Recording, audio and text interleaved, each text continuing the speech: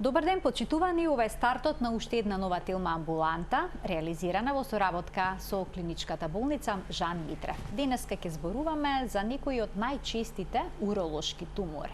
Поконкретно за туморот на мочниот меур и за туморите на тестисите. Доктор Горан Јович, хирург-уролог во Жан Митрев клиники, е гостин во студиото на Телма, со кого детално ќе поразговараме на оваа тема. Докторе, добре ни дојдовте. Ви благодарам на поканата, добро вечер. Сите знаеме дека урината од бубрезите се собира во мочниот меур.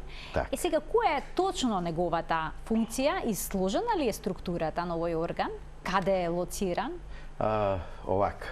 Мочниот меур е лоциран во малата карлица, позади пубичната коска. Тоа е на онаа коска доле која сите си ја допираме, значи точно позади неизе се наоѓа мочниот меур.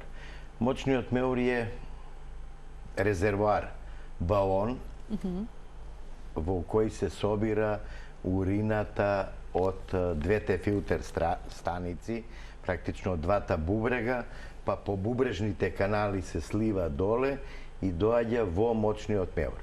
Мочниот меур анатомски е составен од три слоја. Значи, внатрешниот дел е слузница, па имаме мускулен слој и сероза. Тоа е отприлика исто како и устата. Во устата од внатре имаме слузница, имаме мускулен слој, од надвор имаме кожа, додека кај мочниот меур, надворешниот дел на мочниот меур е сероза. Значи, три слоја се. Кажав дека е тоа резервоар. И сега капацитетот кај сите е ист, доктор, или се разликува? Отприлика да кажеме, урина може да собере? Не може, не е буквално исти, кај сите луѓе, но отприлика е овака. Вака стојат да ги поставиме работите.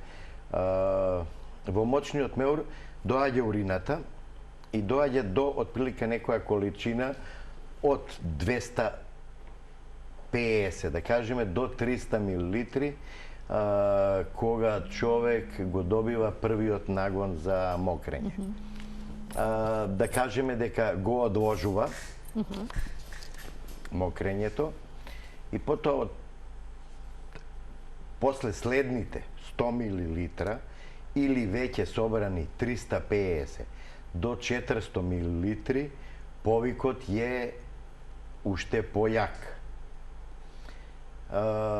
Под предпоставка да го одложиме и тој повик, веќе на 500 милилитри повикот за мокрење е неиздржлив и човек мора да отиде да уринира. Да го испразни мочниот меур. Значи, да кажем, отприлика капацитетот е некаде околу 250 милилитри. И повиците за мокрење се во зависност од тоа колку сме внеле течност, колку ни се извлачила урина, за колку време се извлачила таа урина, така ќе бидат и повиците. Значи, отприлика повиците за мокрење се некаде околу 250 милилитри собрана урина во мочниот меур. Мочниот меур секогаш комплетно треба да се испразни? Да. Што ако останува урина во него? Тоа ни е рест урина и обично ова се случува кај пациентите, проблем со простата, проблем со стриктура, стеснување на изводниот мочен канал на уретрата, и тогаш имаме мочниот меур ствара притисок. Еден кога ќе добиеме нагон за мокрење, ствара притисок, се грчи детрузорот, мускулниот слој во мочниот меур, створа притисок и урината излегува надвор. Морам тука да кажам дека тука е таа сложеност и поставеноста во мочниот меур, кога урината излегува надвор, по правило двата влезни канала се затвораат.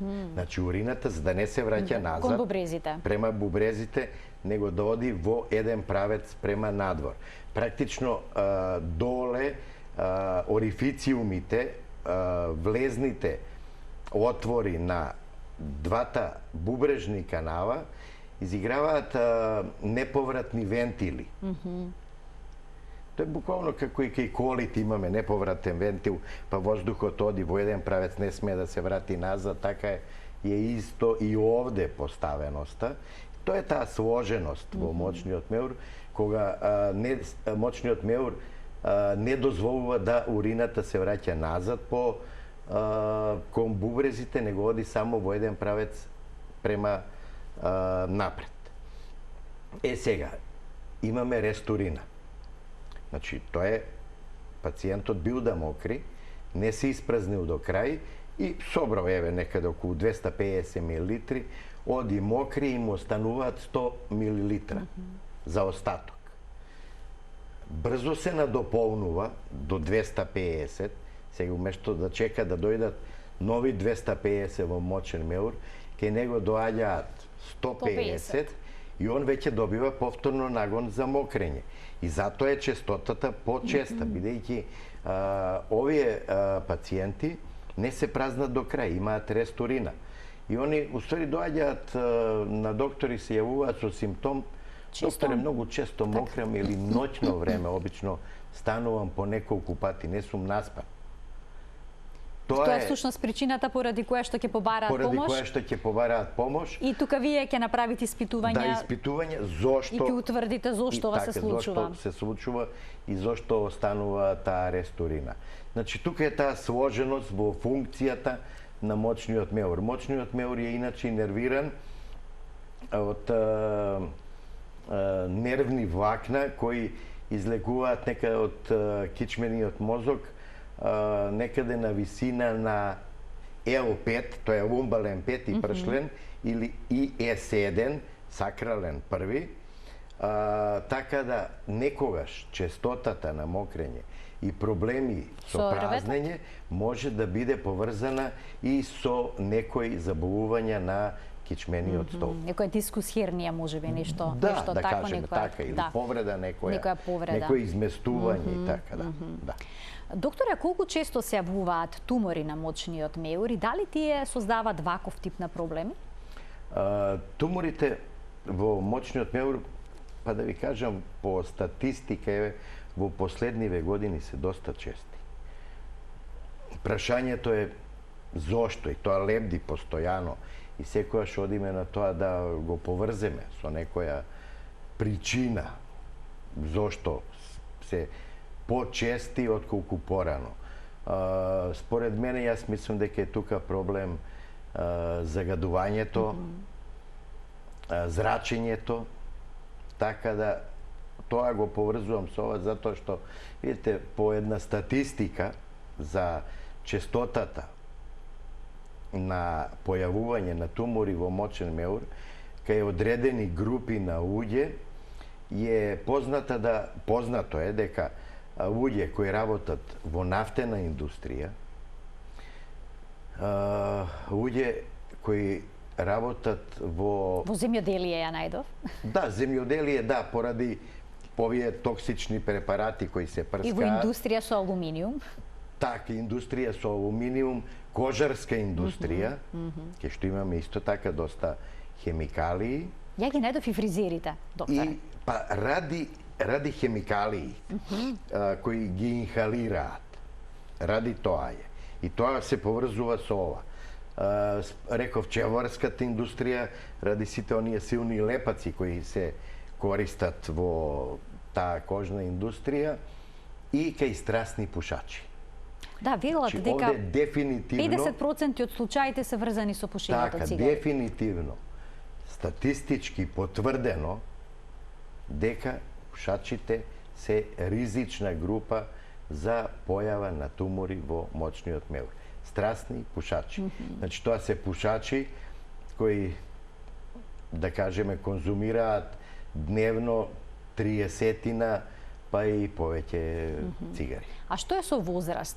Исто така некои статистики покажуваат дека 90% од дијагностицираните пациенти се над 55 годишна возраст. Да, по статистика така, но да ви кажам, оваа возраст денес е многу померена, на жалост, према напред. Границата е спуштена надолу. Така да, последнава година, па и предходната, и ми се случувало да оперирам пациенти и на 40 годишна возраст.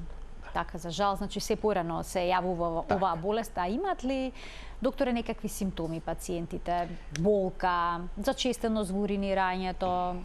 Видете, на жалост, во тие почетни фази, практично да буквално нема никаков симптом, нема бол.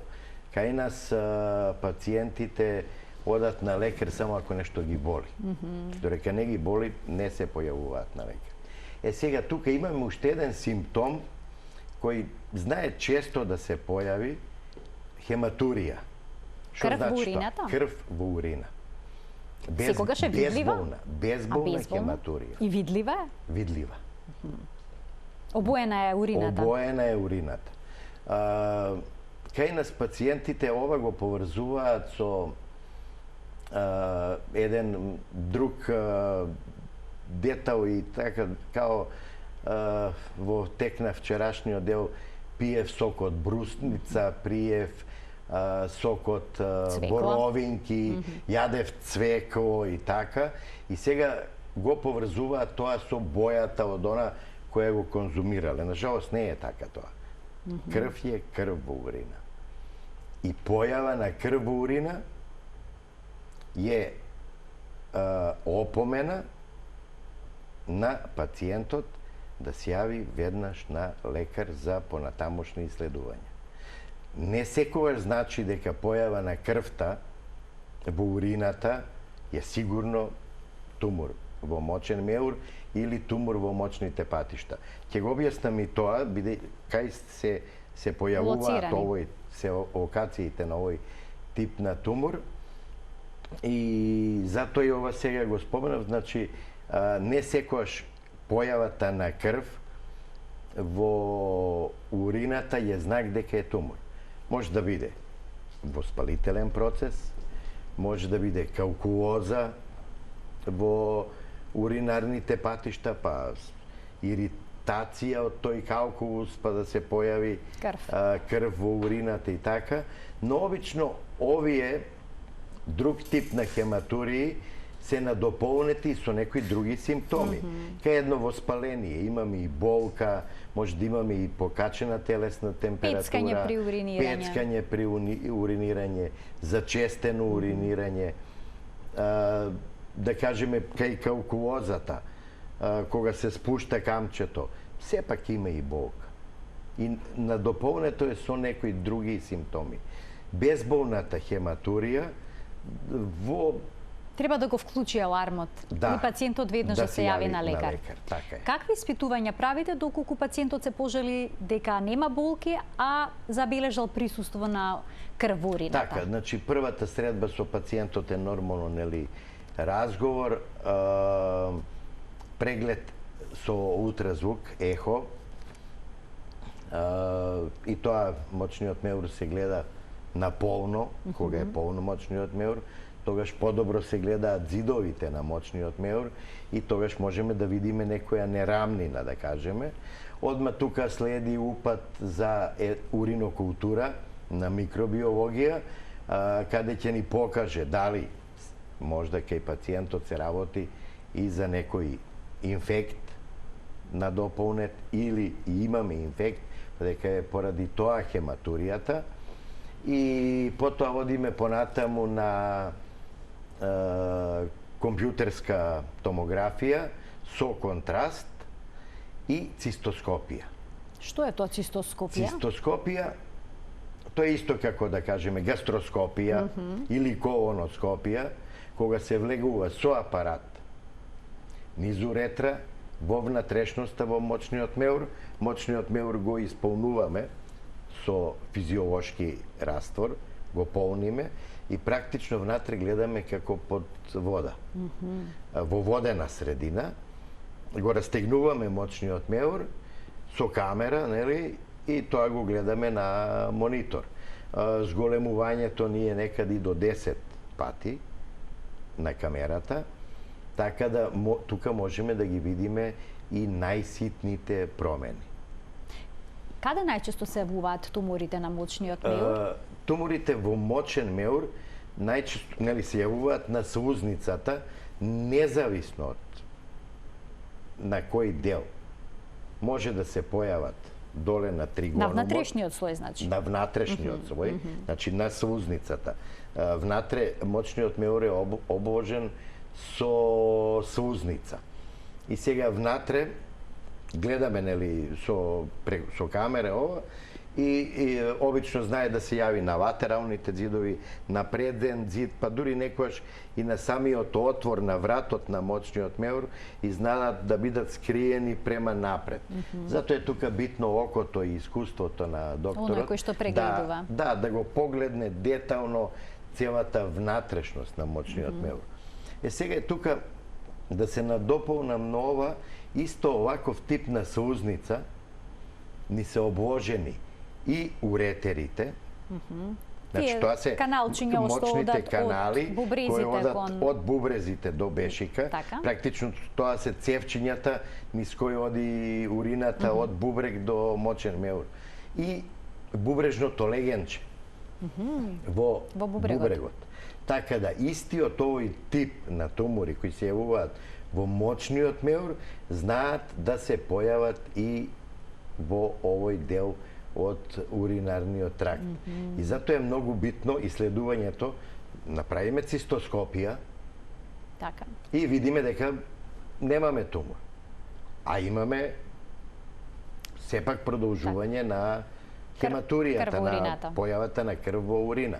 Тогаш ова треба да не алармира како доктори, да подетално ги исследиме и самите бубрежни канали и внатрешноста во пиелонот на бубрегот. Со цистоскопија тоа може да се изведе? Да, со уретерореноскопија.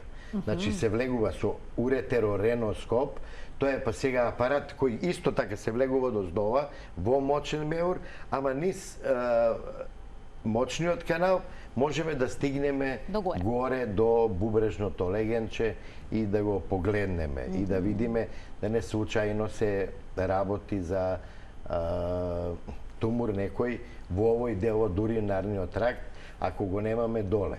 Тука ни се надополнува уште едно испитување, тоа е цитолошка анализа на урината. Значи пациентот мокри, остава примерок од урина и оваа урина детално ја прегледува патолог. Бара клетки? Канцерогени клетки? Канцерогени клетки, точно. Така да, ова ни е исто... Може да отсуствуваат канцерогени клетки во урината, пациентот сепак да има тумор? Може. И затоа треба тука едно детално исследување за да не се пропушти. Бидејќи и да се надополнам и нова, дорека е локализацијата на туморот на ниво на слузница, тогаш ние можеме ендоскопски да го ресецираме, да го отстраните. Да го отстраниме и потоа да следиме да не се појави нов рецидив. Но не мора ништо друго да кажеме, по-радикално да работиме. Да отстрануваме мочен меур и дали да отстрануваме друг дел од уринарниот тракт и така. Што ако го пробил мускулниот дел, односно навлегол во мускулот? Сега тука имаме тоа обично се работи, како се доаѓа до оваа диагноза.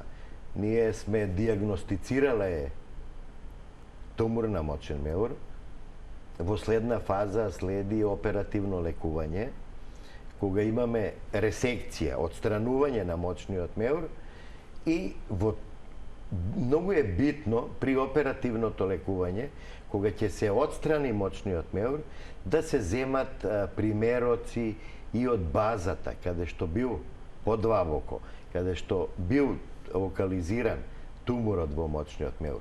Значи да имаме примероци и од мускулот, од мочниот меур.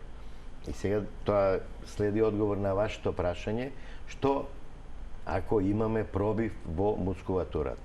Ако имаме пробив во мускулатурата на мочен меур, тогаш следи во следна фаза ново оперативно лекување и отстранување комплет на целиот мочен меур. За да не дојде до пробив надвор, расевка на малигните клетки и понатаму метастази. Каков е животот без мочен меур? На каков начин се складира урината? Како изгледа процесот на мокрење кај тие пациенти? Така, ќе ви објаснам и ова. Значи, сега мочниот меур сме го отстраниле. Немаме резервоар. И тогаш правиме резервоар од тенко црево. Аха, значи има решение и за тој проблем. Да, имаме два типа на операција тука. Едниот резервоар се зема парче од тенко црево, на него се всадуваат двата бубрежни канала, нели, за да урината си доаѓа сега во новиот резервоар. Едниот крај од тенкото црево се затвора слепо, а другиот се вади на кожа, на ниво на абдомен, за да урината истекува во кеса. Ова е еден тип на операција. Другиот тип на операција е кога се прави исто вештачки мочен меур од тенко црево, ама тој балон се прикачува на изводниот мочен канал на уретрата. И пациентот мокри по природен пат низ уретра. Точно дека е отежнато мокрењето на овој начин, бидејќи тенкото црево нема таков дзид, таква снажна мускулатура за да створи таков притисок, но и тука се едуцираат пациентите така да мократ во седната положба со мал притисок на стомахот и да го празнат новиот мочен меур. А во случај туморот да е само на слузокожата, така, постои ли опасност при негово отстранување да дојде до некаква компликација, да се перфорира ѕидот на мочниот меур и да, слично? значи ова се компликации кои секогаш им ги кажуваме на пациентите непосредно пред влегување, нели, во операциона сала, или кога му го објаснувам процесот на оперативното лекување на пациентот, секогаш како компликација постои перфорација на мочниот меур, ако ние влеземе подлабоко и го перфорираме мочниот меур. Тога следи конверзија на операцијата, значи практично од ендоскопска одиме на отворена операција, каде што тој дефект на мочниот меур треба да го затвориме, да го сошиеме. Така да тоа се компликации кои ги носи овој тип на оперативно лекување. Колка е успешноста на овие зафати кога туморот, односно карциномот на мочниот меур се наоѓа на слузокожата? Па видите, какви се прогнозите кај пациентите? Прогнозите се одлични кај пациентите. Прво, затоа што е добро тоа што сме го дијагностицирале и откриле. Второ, туморот е отстранет. Кај површните тумори, тоа е значи градус 1-2, кај кои немаме инвазија во мускулните клетки на туморот, тогаш одиме со ендоскопска операција. Таа операција оди низ мочниот канал. Го отстрануваме мочниот меур, го отстрануваме туморот, да, туморот во мочниот меур. Добиваме патохистолошки наод дека туморот ни е површен, дека ни е на ниво на сузница, и што следи? Во следните најмалку 2 години од операцијата, редовна цистоскопија на секои 4 месеци. Бидејќи доста често знаат да се појават рецидиви. Да се повтори? Да, да се повтори. Да, ама сега знаеме дека пациентот имал тумор во мочен меур, дека бил од површен тип, и во следна некој од цистоскопиите, еве под предпоставка да имаме и појава на нови туморозни формации, тоа се мали ситни туморозни формации. Значи, овие туморозни формации ние ќе ги фанеме во некој нивни зачеток. И ќе бидат отстранети на време. Сега доста često kej takov tip na mali pромени, мали туморозни формации, во нашата клиника ги отстрануваме со помош на васер. Ги гориме. Така. Уствари, тоа е евапоризација, испарување на туморот. Ама тоа се случува кога? Кога имаме диагноза, знаеме дека претходниот патохистолошки наот ни е површен тип, а ова се ситни рецидиви и можеме да си дозволиме да ја направиме таа евапоризација на туморите, бидејќи претходно, зошто, сигурно ќе следи прашањето, зошто не го правите тоа со ласер уште при првата операција, бидејќи со ласер немаме ткиво за патохистолошка диагноза.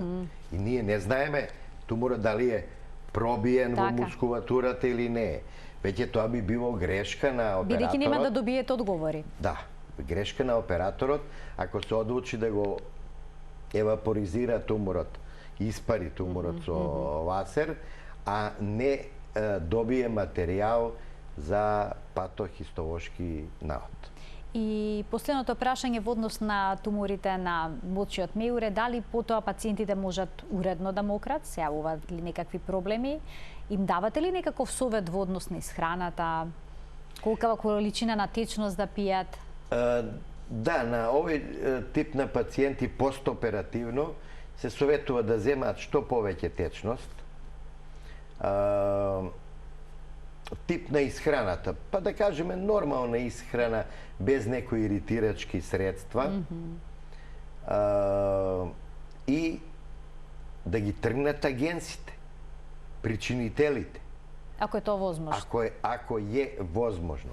Поготово кај луѓе сега кои се вработени, еве да кажеме во нафтена индустрија, поготово кај на себе на бензински пумпи и таму имаме доста испарување гасови кои делуваат на појава на туморите во мочниот меур, нели се спомнати како во ризичните категории, така. Да, групи.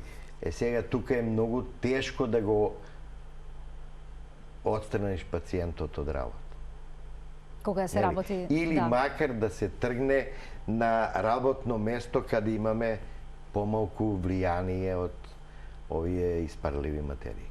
Докторе, тука ќе пуштиме еден блок реклами, а почитувани веднаш потоа ќе проговориме и за туморите на тестисите, кои што исто така се почести и тоа кај младите.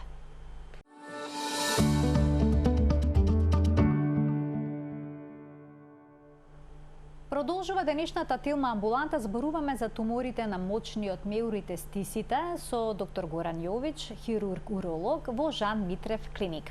Од овој момент, почитувани, ќе можете да се вклучите и вие во емисијата со ваши прашања, но овој пат не телефонски, туку на нашата страница на Facebook Телма амбуланта _0 М+ на телевизија Телма. Во инбокс оставете прашања, потоа ние ќе направиме селекција и ќе добиете одговори на повеќето прашања, секако го правиме во интерес на времето.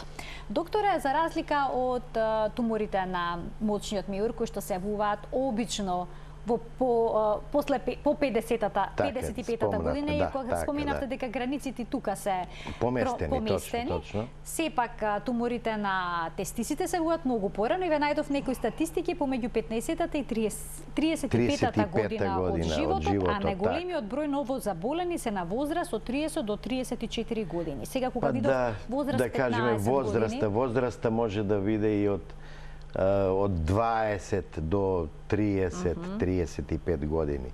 Малку да ја поместиме таа граница. Уште подолу. Да, подоле. Тоа се години кога обично не се размислува за сериозни болести. Точно, да. И одлично е ова да го имаме еве вака во емисија и да слушнат гледачите, поготово помладата популација, за еден само преглед на тестисите. Тука е многу битно како жените што прават само преглед на дојките, треба мажите редовно да го прават со тестисите се достапни за да се пипнат. Они се мазни и најдобро е само прегледот после туширање, кога се опуштени, после нели со топла вода и така, така да најдобар само преглед е непосредно после туширање или за време на туширање, така да се само прегледот да се пипне и доколку се почувствува тврдина, нерамнина на тестисот, тогаш е доволно тоа да се јави на преглед. Не секогаш значи дека таква промена е тумор на тестис, али затоа е многу битен понатаму прегледот од доктор. А имаат ли пациентите со тумор на тестиси некакви симптоми? Па во главном и овде, нажалост, туморите на тестиси се безболни. Обично симптоми имаме при некои воспалителни промени на тестиси, болка можеме да имаме при торквација, увртување на тестисот, па да се јави таа исхемична инфарктна болка, која стварно е алармантна и ќе го натера нормално пациентот да се јави веднаш на доктор. Дорека за појавата на туморите на тестиси конкретно, обично тоа го одлагаат. Поготово и затоа што се работи кај помлада популација, тука е сега и срам. Него му е непријатно дури да каже на своите родители, а камоли на друг, па да се реши да оди на доктор. А напротив, не треба така. Треба да го, ако не друго, да го каже на некого, за да со тоа се ослободи малку психички и отиде се јави на лекар на преглед. Бидејќи со самото јавување на преглед се прави едно нормално ехо на тестиси ова и ја гледаме таа промена. Потоа имаме и други испитувања, тука ќе испитаме туморски маркери, нели палпација, ехо, магнетна резонанца и така да и одма брзо ќе дојдеме до таа дијагноза. Да кажеме, на нашата клиника при доаѓање на преглед, после самиот преглед и доаѓање до дијагноза за тумор на тестис, тоа можеме да го израчунаме само во часови. Значи, за неколку часа ние можеме да имаме една комплетна дијагноза. Така. Да. Така, затоа треба да се охрабрат и да се надминат оние предрасуди, срам, непријатност од уролошките прегледи. Да. Докторе, се случува ли да се јави крв во ејакулатот, некои такви симптоми кои што ќе укажат на па да кажеме, проблем со тумор во тестисите? Почесто, да, може како симптом да имаме крв во ејакулат, но тогаш веќе треба да имаме некој пробив или некоја некроза на самиот тумор во тестисот, да ни направи некој проблем па да се појави крв во ејакулатот. Крв во ејакулатот по-често може да го имаме при воспалителни процеси на простатата или при малигни заболувања на простатата. Најчесто првиот симптом кај туморите на тестиси е сепак некоја нерамнина, значи анатомска промена на самиот тестис. Да. Кога зборуваме за ризик фактори, кога ќе прочитаме на интернет, на прво место се појавува неспуштениот тестис во детството. Така. Дали на вистина волку голем проблем може да создаде мигрирачки тестис или пак неспуштен тестис? Да, и како. Видите, ова е затоа што природата кај мажите ги исфрлива тестисите надвор од телото. Затоа што за стварање на сперматозоиди и сперматогенеза правилна, температурата на човековото тело од 37 степени смета на таа сперматогенеза. И сега природата ги исфрва тестисите надвор од човековото тело, за да ги се спушти температурата за 1 степен пониско. Затоа и во летен период, кога се високи температурите, тестисите организмот ги тера уште подалеку од телото.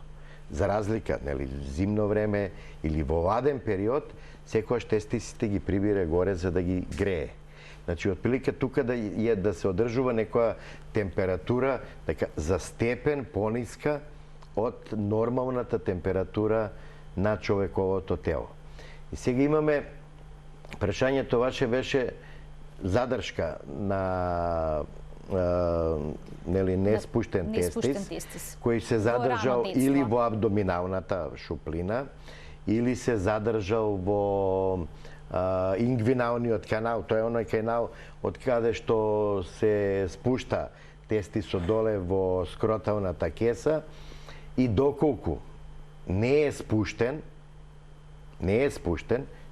фиксиран е таму горе, или имаме мигрирачки, па повремено се спушта доле, но почесто е внатре, тогаш може и самата телесна температура на човековото тело да влијае како ризик фактор за појава на тумори во тој неспуштен тестис. Плюс, тој неспуштен тестис не е достапен за само преглед. Не дава никаков симптом, не е достапен за само преглед, а може да се развие малигни тумор во него и да направи метастази, на жалост, и да се фане во некоја многу покасна фаза. Што значи родителите кои што забележале дека нивното бебе има неспуштен тестис, што поскоро да го решат така, проблем? Да се јават на доктор. Значи, многу е битно тоа да оваа состојба се следи и обично се препорачува не повеќе од 2 годишна возраст, да не се чуваат тестисите горе. Сепак да се делува и оперативно да се спушта. Имаме прашање од гледач кое што е поврзано со цистоскопијата. Така, да. Вели дали цистоскопија и биопсија се појавува при крварење, при мокрење. Односно, веројатно, предпоставам дека дали после тоа би можело да се јави, колку време трае таа, доколку се појави, и дали е потребен болнички престој после цистоскопија?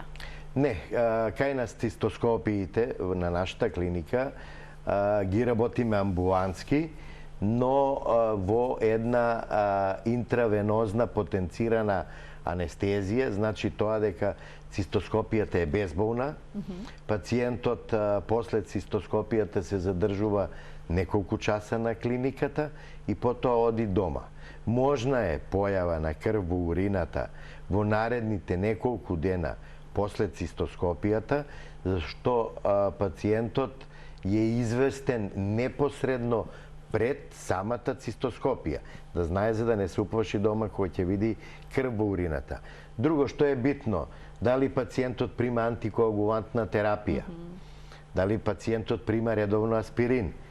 Тоа се лекови кои може да го потенцираат крварењето. Па затоа и за ова треба да се превземе предходно мерка, да се прекине со овој тип на лекарства, да се заменат со друг тип, непосредно неколку дена пред цистоскопијата, за да го избегнеме ова потенцирано крварење. Кога ке пациент ке поставите диагноза тумор на тестис, што понатаму? Дали секогаш оперативно мора да се отстрани туморозното ткиво или пак целиот тестис? Да, значи овака, тестисот се отстранува секогаш радикално. Никако само тумеректомија. Значи делумно не? Не. Зошто? Затоа што секогаш можеме да оставиме клетки кои понатаму може да направат расевка. Секогаш тестисот се отстранува радикално. Тестисот со фуникулусот, тоа е со кордонот. Кордонот внатре содржи крвни садови, сперматовод, венски, артериски крвни садови, сперматовод, некој нерв и така, и целиот семенов комплет, целиот фуникулус, целиот кордон се отстранува со тестисот.